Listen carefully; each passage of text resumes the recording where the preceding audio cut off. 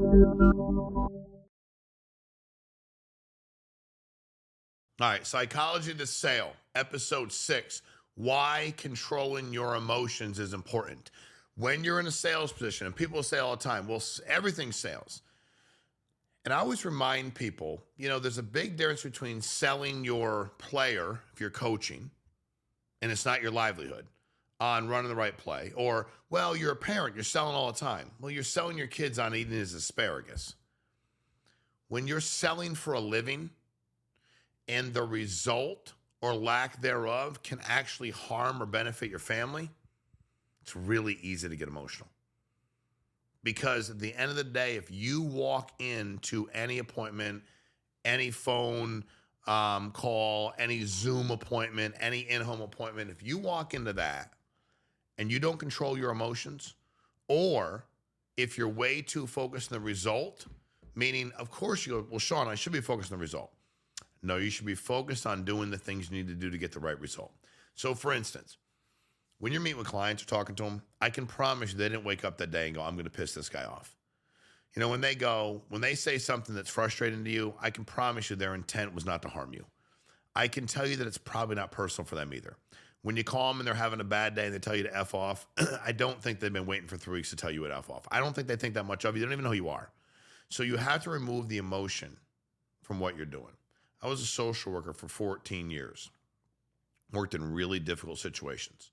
Child protective services work, kids being abused and neglected. I was really good at it because I wasn't emotional about it. Number one, when kids were telling me things that were really hard to hear, if I got emotional, that would have made them think that what they were like sharing with me, what was happening to them by a parent, step-parent, grandparent, adult in the community, like I had to keep my emotions in control. And then if I had to deal with the people that did these terrible things to kids, which I did have to deal with them, I couldn't just lose my mind and take the guys and punch them in the face, right? Like I had to control my emotions to be effective. When you're selling somebody something or attempting to, and you're closing or attempting to, or you're setting up the appointment or you're attempting to, at the end of the day, remember this one statement, because I heard this a long time ago when I was probably 20. And a guy said to me, this guy Frank said, the reason that most people are not good at sales, they can't control their emotions. When it's good, they get too high. When it's low, they get too low. In the middle, they're a disaster. He said, Sean, if you can become somebody that controls his emotions in a sales environment, you'll become a very dangerous person in a good way, because people feed off that emotion. When clients say things like, I would never buy this anyway, I don't need it. If you get emotional and you get frustrated and they see it, it's over. Really psychologically, I think or subconsciously, I think they're trying to figure out people like high emotional IQ. They don't like immaturity. And when you see people who are having a discussion or debate and they have a meltdown and they can't control their emotions, nobody's drawn to that. Actually, everybody's quite frankly repelled from it. I've done really good in sales because I've never gotten emotional about it. Every appointment's an appointment. Every person I meet with is a prospective client. And none of them have the control over me where I should get emotional about anything they say or don't say. I should never hand them that kind of control. Why would you hand somebody that kind of control? I don't understand why you'd hand them that kind of control. It doesn't make any sense to me that anybody would do that. But people do it on a daily basis. And you can watch people in that environment. And guess who is completely in control when you lose your emotion? The client. Maybe they were having a bad day. Maybe they know they need the product, but they're not going to buy it that day, even though they probably will from the right person. Maybe they're just getting off on pissing you off. And when you can be self-deprecating, when you're able to laugh at yourself, whether you're the one that tells a joke or not, it really debilitates people's ability to attack you. Because what you're saying is, it really doesn't bother me. Whatever you say or don't say doesn't really make me upset. I'm going to do the best I can on a daily basis. Unless you're like doing something to harm my family, like physically in person, I'm not mad at you. Like I'm just here. And when people see that kind of emotional maturity, when they see that kind of ability to control one's emotions, that's somebody people are drawn to. No matter what the client says, you act like you know they're going to say it. Sean, this is so effing stupid. I hate it. I hear you. I don't even know why you're at my effing house. I hear you. Don't even know why. It doesn't matter. People say to me on insurance, oh, it's the insurance guy. And I'm like, yeah. Well, you look like an insurance salesman. I'm like, dude, I don't even know what that means.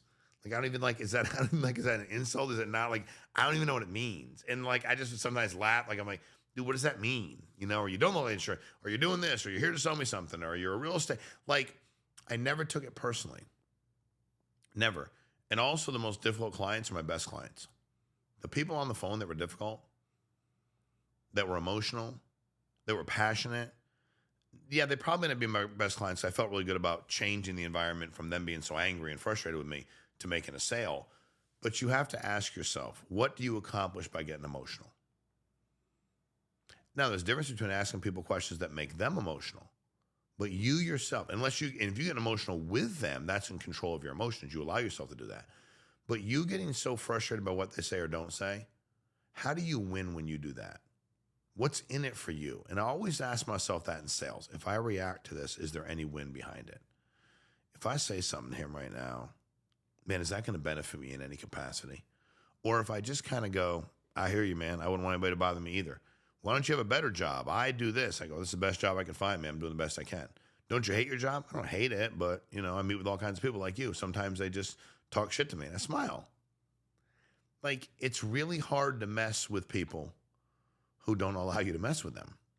Thus, controlling your emotions makes you a very dangerous person in a good way. So in a sales environment, psychologically, you have to be completely in control of your emotions. And a big part of why a lot of people aren't is they carry the rest of their life into their appointment.